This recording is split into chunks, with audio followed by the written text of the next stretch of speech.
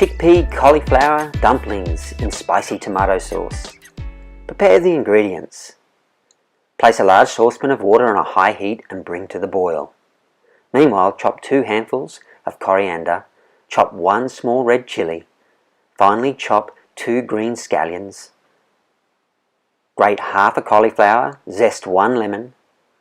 In a large bowl, place 2 cups of chickpea flour, the chopped coriander, shallots, chilli and grated cauliflower, 2 teaspoons of curry powder and the zest of the lemon. Add 2/3 of a cup of water, season with salt and pepper to taste. Mix into a dough. Roll the dough into golf ball sized dumplings. Add the dumplings to the boiling water and simmer for 10 minutes.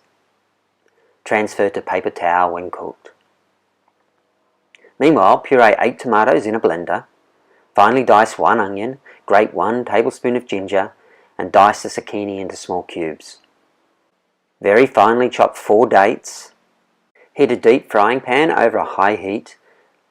Add the onion, 2 teaspoons each of coriander, mustard and cumin seeds. Add 12 curry leaves and 3 dried chilies. Add 1/4 cup of water and stir until the water is absorbed. Add the pureed tomatoes, 1 teaspoon of turmeric powder, 1 tablespoon of grated ginger and the chopped dates. Bring to the boil, reduce the heat and simmer. Add the chopped zucchini and the dumplings and cook for 5 minutes.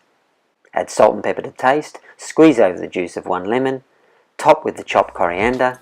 To serve, divide the mixture into 4 shallow bowls, top with cilantro.